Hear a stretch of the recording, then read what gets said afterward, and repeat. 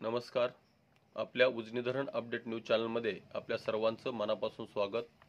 आज 20 ऑगस्ट रोजी आपल्या उजनी धरणाची काय स्थिती आहे, उजनीतून भीमा नदीमध्ये रात्रीत किती विसर्ग वाढवलेला आहे, त्याचबरोबर उजनीत येणाऱ्या दौंडच्या विसर्गामध्ये किती फरक पडला आहे, बनगाणच्या विसर्गामध्ये काय बदल झाला आहे, वीर धरणातून किती विसर्ग आहे याची आपण सविस्तर माहिती घेणार आहोत. आज सकाळी उजनी धरणाची एकूण पाणी पातळी ही 496.900 मीटर, तर एकूण पाणीसाठा हा 118.07 TMC आणि उपयुक्त पाणीसाठा हा 54.41 TMC आणि टक्केवारी बघितली तर कालच्यापेक्षा उजनी धरणाची टक्केवारी ही 4% घटलेली आहे.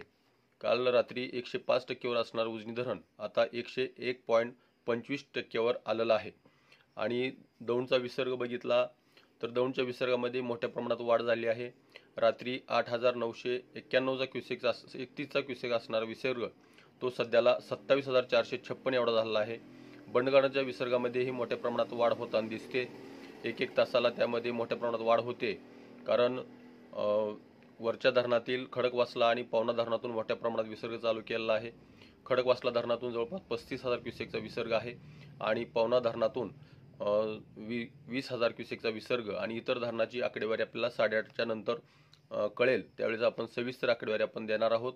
सध्याला दौंडचा विसर्ग 27,456 आणि बनगाणचा विसर्ग 25,000च्या पुढं असा विसर्ग सध्याला उजनी धरणाच्या दिशेने येतोय. आणि दुसरी गोष्ट अशी की धोक्याची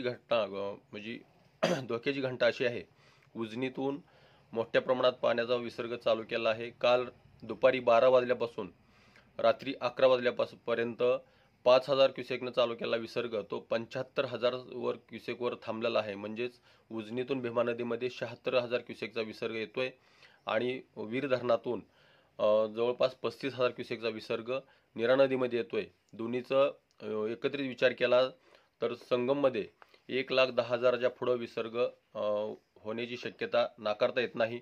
त्यामुळं पूर परिस्थिती आपली भीमेची वाढणार आहे, पाण्याची पातळी वाढणार आहे. बरेच ठिकाणचे बंधारे पाण्याखाली जाणार आहेत, रस्तेही काही ठिकाणचे पाण्याखाली जाणार आहेत.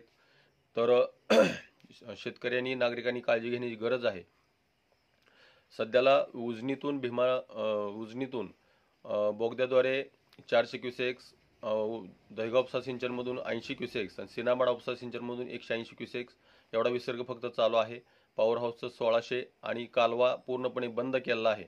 तर उजनीच्या आणखी ताज्या माहितीसाठी आपण 8:30 ते 9च्या आसपास आणखी एक व्हिडिओ आपण करतोय.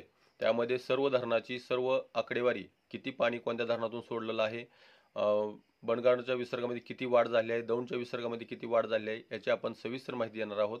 तर अशाच उजनीच्या ताज्या घडामोडीसाठी, ताज्या अपडेटसाठी आपल्या उजनी धरण अपडेट न्यूज चॅनलला लाईक करा, सबस्क्राईब करा, शेअर करा.